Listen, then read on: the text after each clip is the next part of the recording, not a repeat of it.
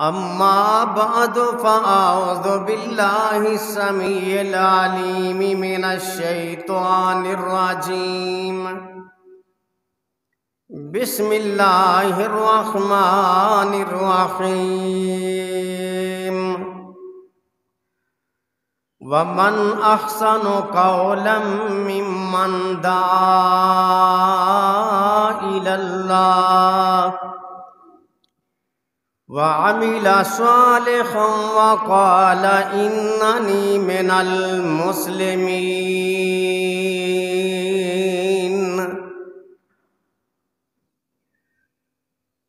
ہر قسم کی تعریف اللہ مالک العلام ذوالجلال والاکرام کی ذات گرامی کے لیے درود و سلام ہوں رسول مکرم صلی اللہ علیہ وآلہ وسلم پہ. اللہ تبارک و تعالی کے قرآن سے بڑھ کے کوئی اچھی بات نہیں ہے. سب سے زیادہ نفع مند بات، بہتر بات، انسانیت کی رہنمائی کے لیے جو کلام ہے وہ اللہ تعالیٰ کا ہے. اس کے بعد جناب محمد الرسول اللہ صلی اللہ علیہ وآلہ وسلم کا فرمان، آپ کا کہنا، آپ کا بیان کرنا تمام انسانوں سے اس امت کے لیے خصوصی طور پہ سب سے بہتر ہے. نبی کریم صلی اللہ علیہ وسلم کے اس فرمان سے کہ وَأَحْسَنَ الْحَدِيثِ کتاب اللہ، سب سے اچھی بات اللہ تعالیٰ کی کتاب ہے. سب سے بہترین بات اللہ تعالیٰ کی کتاب ہے. وَأَحْسَنَ الْهَدْيِ هَدْيُ مُحَمَّدٍ صلی اللہ علیہ وسلم، اور بہترین ہدایت والا راستہ جناب محمد الرسول اللہ صلی اللہ علیہ وسلم کا ہے. قرآن کریم اور نبی کریم صلی اللہ علیہ وسلم قرآن کو سننے کے بعد ہر مسلمان کے لیے ضروری ہے کہ اسے قبول کرے. اسی طرح نبی علیہ الصلوۃ والسلام کو سننے کے بعد بغیر کسی حیل و حجت کے نبی علیہ الصلوۃ والسلام کی بات کو قبول کرے. اس لیے کہ جو اس امت کے لیے لازمی ہے وہ نبی علیہ الصلوۃ والسلام کی بات کو قبول کرنا ہے. وَمَا آتَاكُمُ الرَّسُولُ فَخُذُوهُ وَمَا نَهَاكُمْ عَنْهُ فَانْتَهُوا، جو رسول دے اسے لے لو، جس رسول منع کر دے اس سے رک جاؤ. امام بخاری رحمہ اللہ صحیح بخاری میں کتاب الاعتصام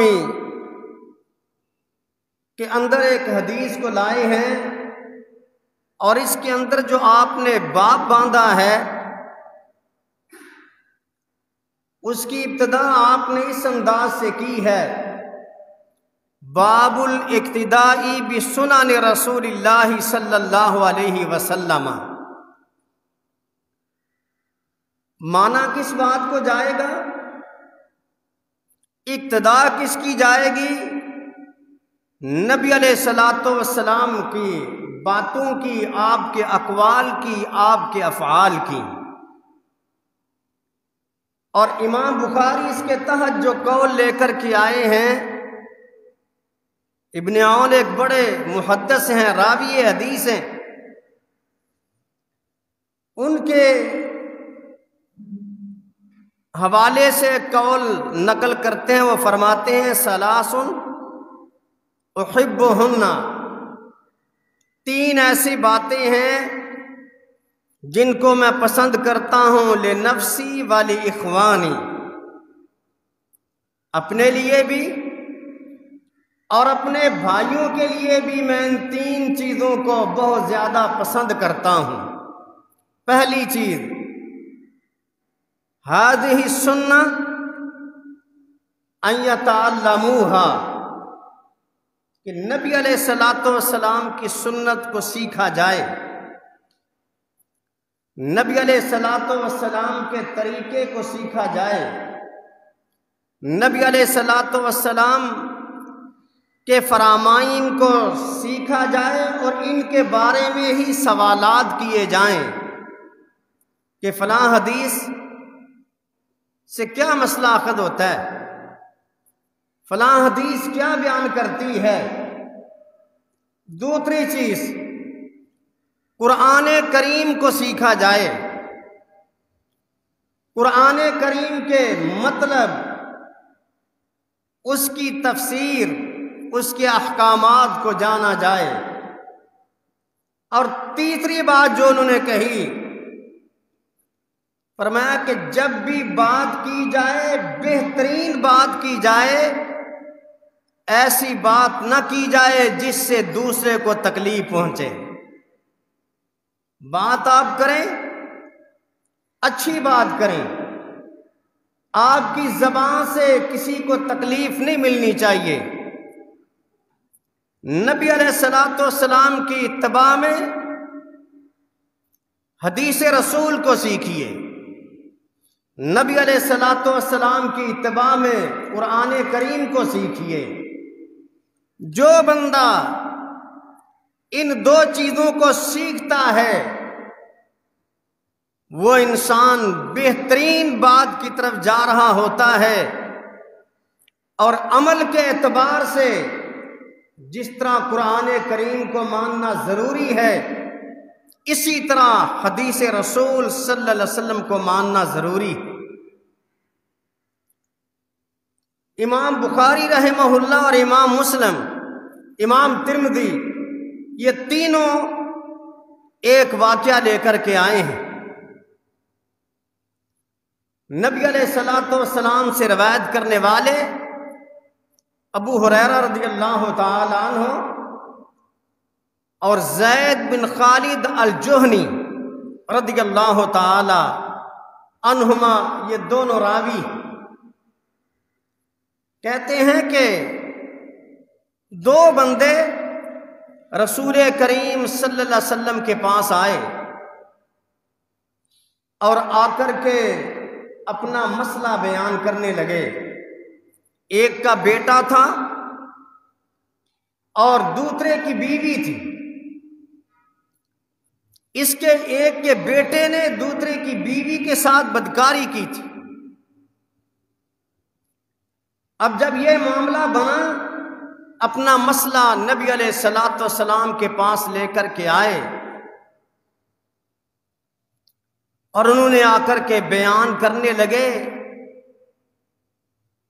دوسرے نے کہا اللہ کے رسول یہ اچھی طرح سے بیان نہیں کر سکتا، میں آپ کے سامنے مسئلہ رکھتا ہوں۔ حدیث میں آتا ہے وَهُوَ أَفْقَهُ مِنْهُ، اس کو بات کرنے کا اس کا انداز بڑا اچھا تھا، تو آپ نے فرمایا چلو تم بیان کرو۔ کہا اللہ کے رسول اس کے جو بیوی ہے اس کے ساتھ میرے بیٹے نے بدکاری کی ہے، اس کے گھر میں خادم تھا۔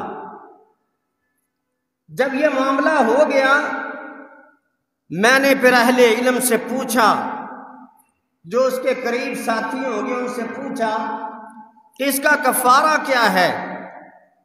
مجھے کسی نے کہا کچھ، کسی نے کہا کچھ، یہاں تک کہ مجھے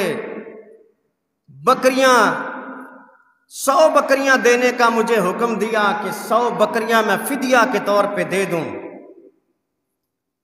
نبی علیہ الصلوۃ والسلام کے سامنے اس نے یہ بات بھی رکھی اور کہا کہ ایک لونڈی آزاد کرنے کا بھی مجھے حکم دیا گیا اور وہ بھی میں نے کر دیا۔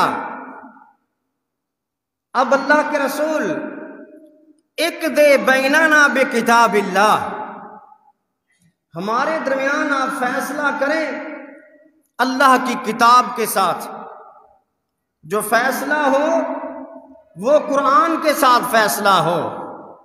نبی علیہ الصلوۃ والسلام نے بات سننے کے بعد فرمایا واللہ لأقضین بینکما بکتاب اللہ، مجھے اللہ کی قسم ہے تمہارے درمیان جو فیصلہ کروں گا وہ اللہ کی کتاب سے ہوگا۔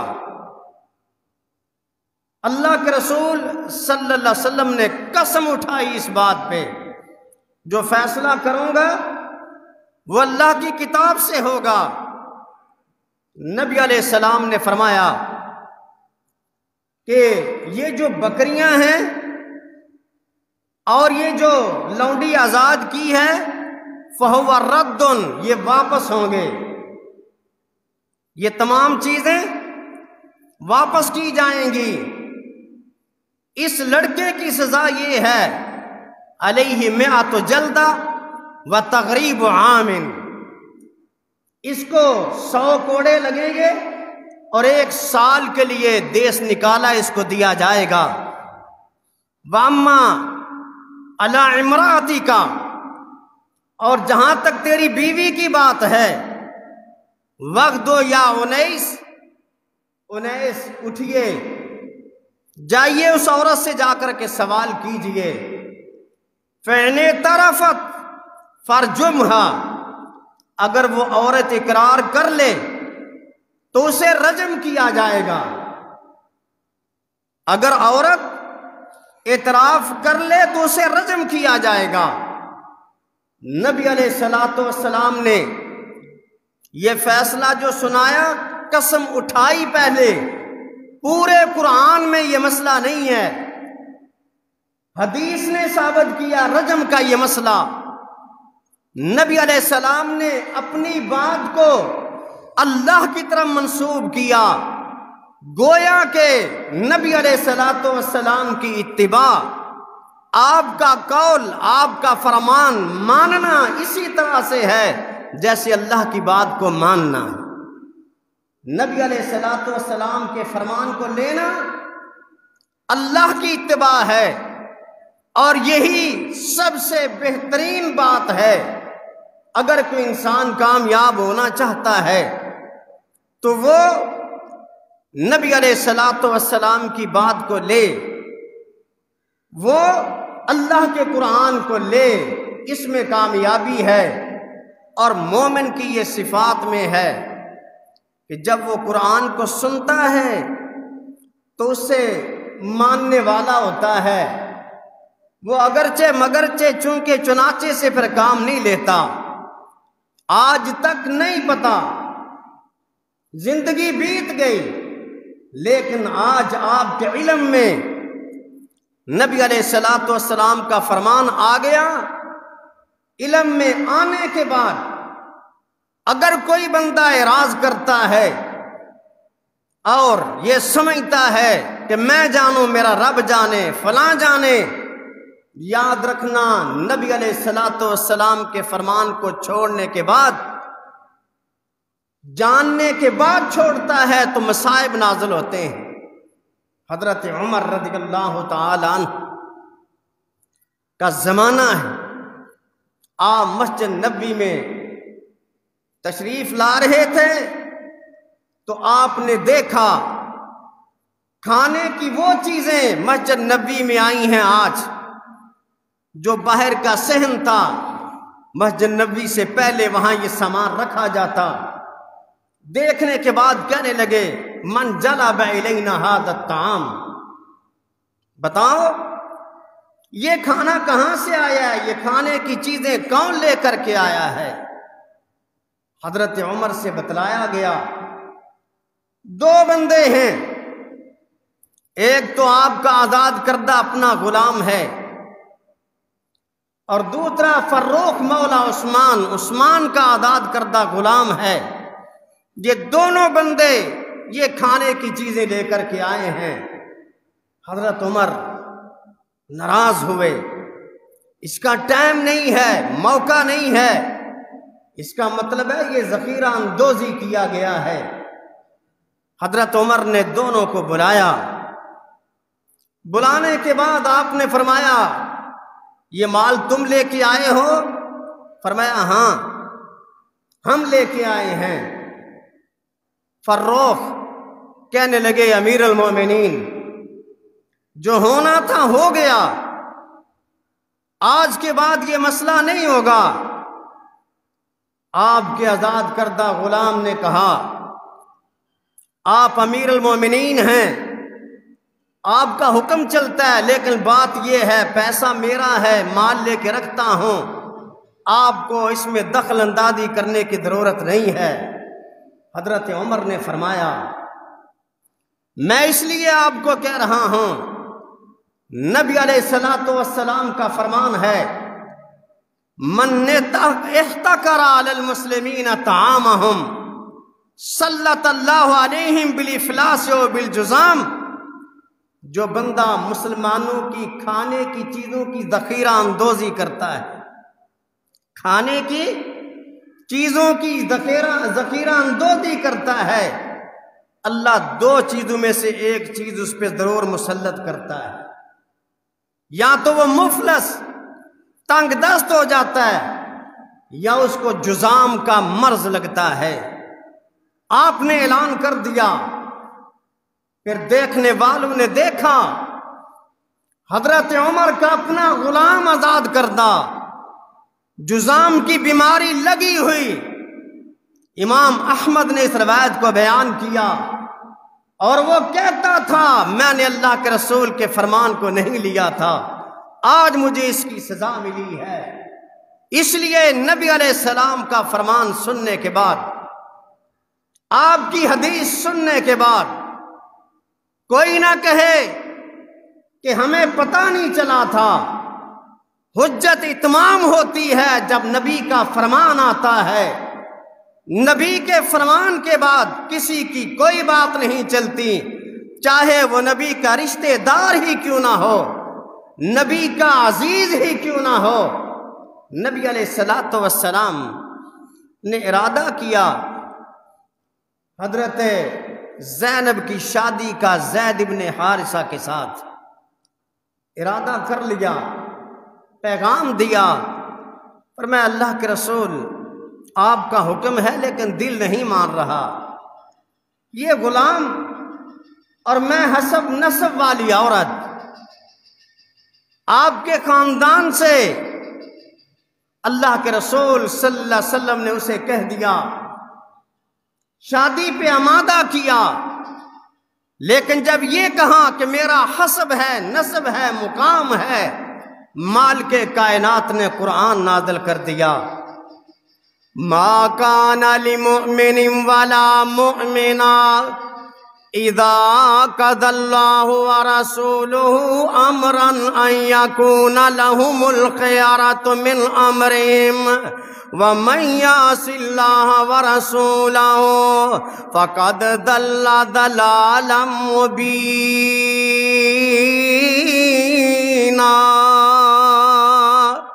ما کان لمؤمن ولا مؤمنہ، مومن مرد ہو چاہے عورت ہو، کوئی بھی ہو، کسی کے لیے جائز نہیں ہے جب اللہ اور اس کے رسول کا فیصلہ آ جائے پھر کہے دل مانتا یا نہیں مانتا، پھر اس طرح نہیں کرنا، اور اگر کوئی کرے گا تو وعدے گمراہی کے اندر چلا جائے گا۔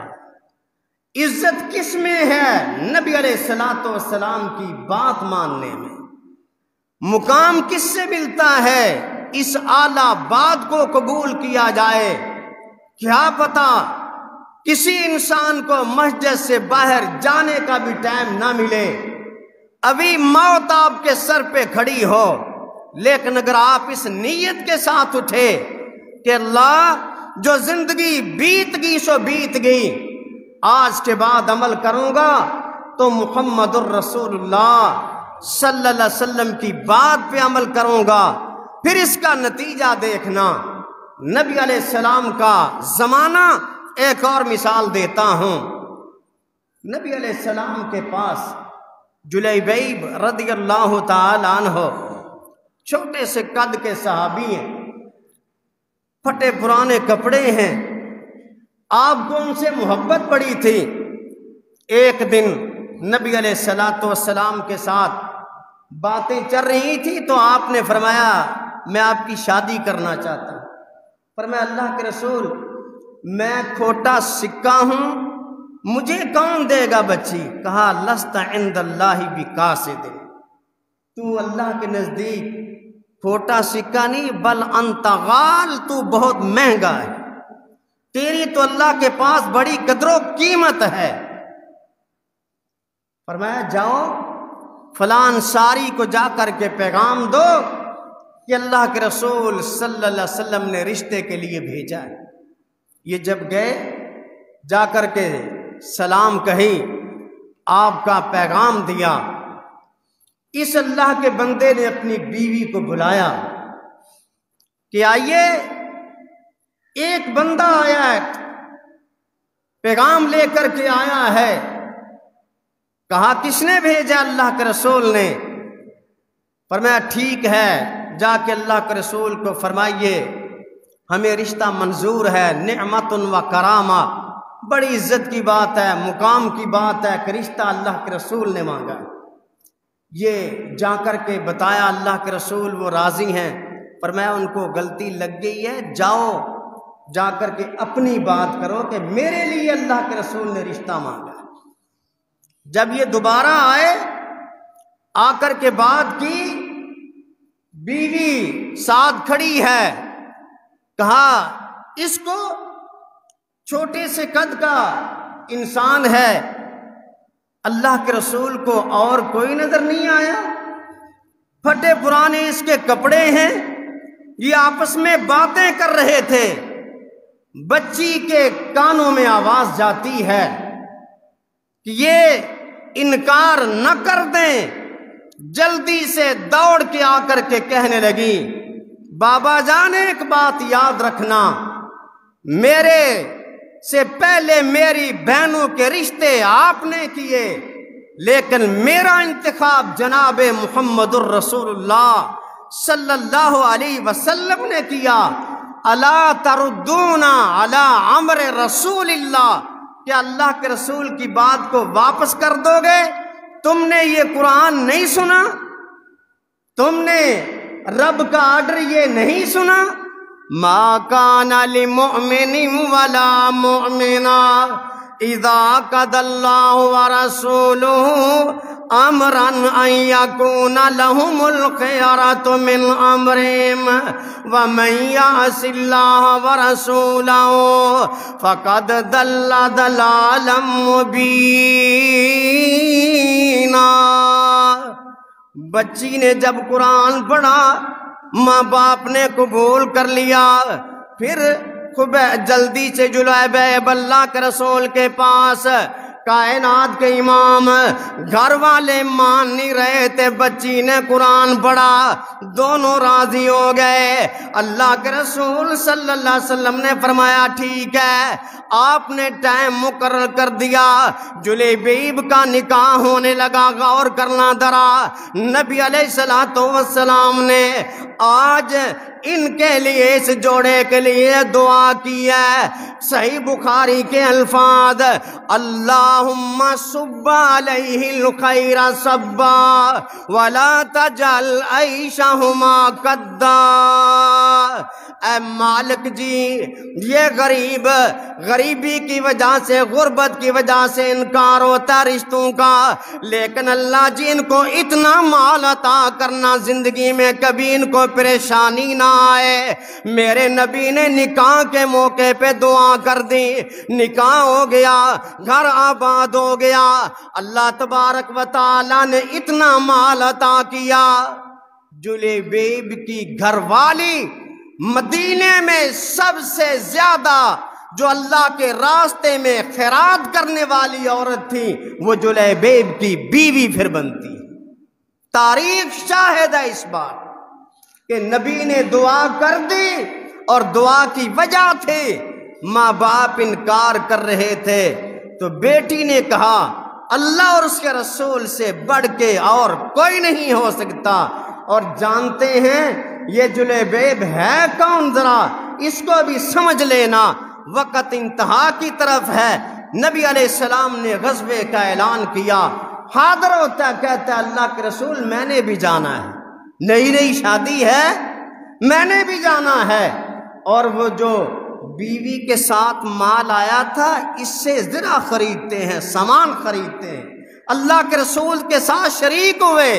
اور آج جب کائنات کے امام چل رہے تھے، کیا انداز ہے اس کا، چھوٹا سا صحابی کبھی دائیں کبھی بائیں، نبی علیہ السلام دیکھ دیکھ کر کے مسکراتے ہیں، اس کی طرف دیکھتے ہیں، میدان جنگ کے اندر پہنچ گئے، لڑائی ہوئی، لڑائی ختم ہو گئی، میرے نبی نے اعلان کیا میرے صحابہ اپنے اپنے ساتھیوں کو تلاش کرو۔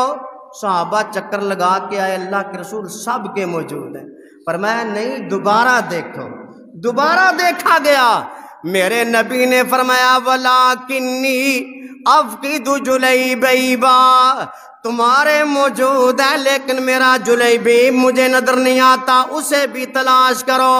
صحابہ نے تلاش کیا تو کیا دیکھا، 7 بندوں کے درمیان جلیبیب شہید ہو کر کے گرے ہوئے، اللہ کے رسول کو بتلایا، کائنات کے امام گئے، آپ نے دیکھتے ہی فرما دیا ہذا منی وانا منہ۔ صحیح مسلم کی روایت، جو الفاظ آپ نے اپنے نواسوں کے لیے استعمال کیے آج اس صحابی کے لیے استعمال کیے، ھذا منی وانا منہ قتل 7 ثم قتل، آج اس نے 7 کو قتل کیا، بعد میں خود شہید ہو گئے۔ نبی علیہ السلام آگے بڑھے، آگے بڑھ کے اپنے ہاتھوں پہ رکھا، امام مسلم نے لکھا، صحیح روایت غور کرنا، نسائی کے بھی الفاظ غور کرنا، کیا کہا لیس لہ السریر الا سعدیہ صلی اللہ علیہ وسلم، کسی کا جنازہ اٹھتا ہے، بھائی اٹھاتا ہے، باپ اٹھاتا ہے، بیٹا اٹھاتا ہے، بڑی بڑی چارپائیوں پہ رکھا جاتا ہے۔ آج جلیبیب کو نبی علیہ السلام نے اپنے یوں ہاتھوں پہ اٹھایا، جب آپ اس کو اپنے ہاتھوں پہ اٹھا کے قبر میں اتار رہے تھے، وَعَيْنَاهُ تَذْرِفَانِ، نبی علیہ السلام کی آنکھوں سے آنسو جاری تھے، نبی علیہ السلام روتے ہوئے اس کو دفن کر رہے تھے، فرمایا ھذا منی، یہ میرا تھا، اس کا تعلق میرے ساتھ تھا۔ تعلق بنتا کیسے ہے؟ نبی علیہ السلام کی اطاعت سے بنتا ہے، نبی کی بات ماننے سے بنتا ہے، ورنہ آپ کے عزیز رشتہ دار ابو لہب سے بہتر خوبصورت کوئی بندہ نہیں تھا مکے کے اندر، آج بھی لعنت بھیجی جاتی ہے، اور بلال رنگ کا کالا، موٹے موٹے ہونٹتے، چلتا زمین پہ ہے، قدموں کی آواز جنت میں سنائی دیتی ہے، اس وجہ سے کہ محمد الرسول اللہ صلی اللہ علیہ وسلم کی بات کو مانا ہے۔ اس بہتر بات کو اپنائیے، اپنے آپ کو سنواریے، آخرت میں کامیاب ہو جائیے۔ یہ دنیا تو چند دنوں کی ہے، یہ گزر جائے گی، لیکن اگر اطاعت مصطفیٰ صلی اللہ علیہ وسلم نہیں کی ہے تو یاد رکھنا اس دن انسان اپنے ہاتھوں کو کاٹے گا، کاٹے گا، کہے گا اے کاش محمد الرسول اللہ صلی اللہ علیہ وسلم کی اتباع کر لیتا۔ اللہ سے دعا ہے اللہ مجھے اور آپ کو کتاب و سنت کو ماننے کی توفیق عطا فرمائے۔ وآخر دعوانا الحمدللہ۔